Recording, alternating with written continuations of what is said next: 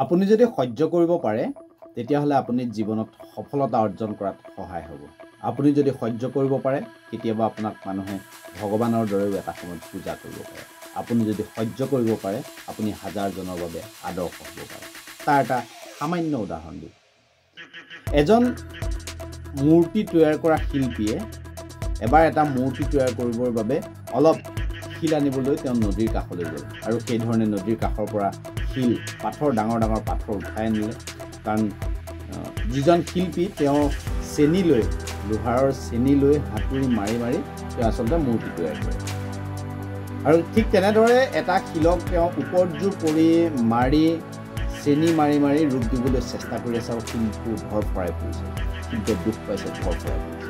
এটা সময়ত শিলটোৱে সেই মাৰ সহ্য কৰিব নোৱাৰি শিলটো নিজেই উফৰি গৈ আঁতৰৰ পৰা চিঞৰি ক'লে যে মোক আৰু নামাৰিবা, মই আৰু একো মোক ৰূপ দিব নালাগে, মই এই কষ্ট সহ্য কৰিব নোৱাৰোঁ। শিল্পীজনৰ মনটোত বিৰাট দুখ লাগিল আৰু সেই শিলটো সেই পাথৰটো ডাঙৰ পাথৰটো ছাইডত থৈ দিলে।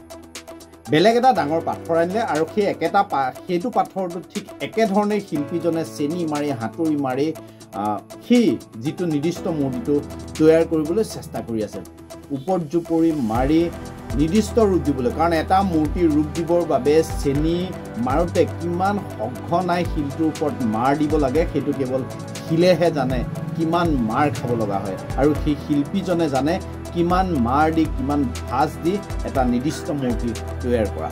শিল্পীজনে সেই শিলটোকো মাৰি আছে, কিন্তু এটা সময়ত শিল্পীজনৰ নিজৰ বেয়া লাগিলে। তেওঁ নিজেই সেই পাথৰটো সুধিলে যে আগৰ পাথৰটোৱে দুখ পাইছিল, তই কি দুখ পোৱা নাই নেকি?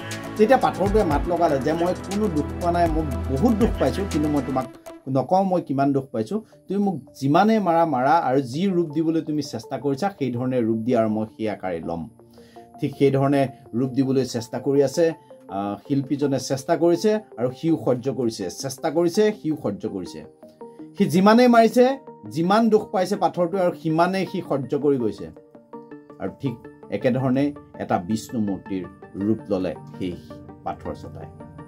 এটা নিৰ্দিষ্ট দিনত যিহেতু অৰ্ডাৰ আছিল আৰু এজন পূজাৰী আহিল, সেই শিলৰ যিটো মূৰ্তি তৈয়াৰ কৰা হৈছিল বিষ্ণু মূৰ্তি মন্দিৰলৈ নিবৰ বাবে আহিল আৰু মূৰ্তিটো লৈ গ'ল। লৈ কিছু দূৰ যোৱাৰ পাছতে আচলতে পূজাৰীজন আকৌ ঘূৰি আহিলে, ওলাই গৈ ঘূৰি আহি ক'লে যে তাত মই এটা পৰি থকা শিল দেখিছিলোঁ, সেই শিলটো মই লৈ যাব বিচাৰোঁ। তেতিয়া শিল্পীজনে মূৰ্তি তৈয়াৰ কৰা শিল্পীজনে ক'লে যে সেই পাথৰটো একো কামত নাহে, সেইটো মই কামত লগাব নোৱাৰিহে মই কাষত পেলাই থৈছোঁ, আপুনি নি কি কৰিব? নহয়, তুমি বুজা নাই, মোৰ সেই পাথৰটোৰ কাম আছে। যিহেতু মই এই মূৰ্তিভাগ মই স্থাপন কৰিম, মূৰ্তি পূজা কৰিবৰ বাবে বিভিন্নজন ভক্ত আহিব আৰু পূজা কৰিব, কিন্তু তাৰ সন্মুখত এটা মোক পাথৰ লাগে, ঠিক সেই ধৰণে এটা ডাঙৰ পাথৰ লাগে যিটো পাথৰত ভক্তসকল আহি নাৰিকল ভাঙিব পাৰিব। সেই ধৰণে সেই শিলটো বুজাই পেলাই লৈ গ'ল। মন্দিৰ গ'ল, পূজা অৰ্চনা চলি আছে। এদিন নিৰ্জন ৰাতি তলত মূৰ্তিভাগৰ আগত থকা শিলটোৱে কান্দি আছে। তেতিয়া ভগৱানে তেওঁক সুধিলে যে তই কিয় কান্দি আছ? তেতিয়া ক'লে যে মই যদি তোমাৰ দৰে সেই শিল্পীজনে ৰূপ দিবলৈ চেষ্টা কৰোঁতেই যদি মাৰ মই সহ্য কৰিব পাৰিলোহেঁতেন, আজি মই তোমাৰ ঠাইত থাকিলোহেঁতেন আৰু তুমি মোৰ এই স্থানত থাকিলাহেঁতেন। নিশ্চয় বুজি পালে কাহিনীটোৰ পৰা যে এতিয়া আপোনাৰ ওপৰত নিৰ্ভৰ কৰিব আপুনি পূজাৰীয়ে নিৰ্মাণ কৰি তৈয়াৰ কৰি লৈ যোৱা সেই বিষ্ণু মূৰ্তি তৈয়াৰ হোৱা শিল ছটা আপুনি হ'ব নে আপুনি মূৰ্তিৰ সন্মুখ ভাগত ৰখা সেই শিল ছটা হ'ব। সেয়া আপোনাৰ ওপৰত নিৰ্ভৰ কৰিব।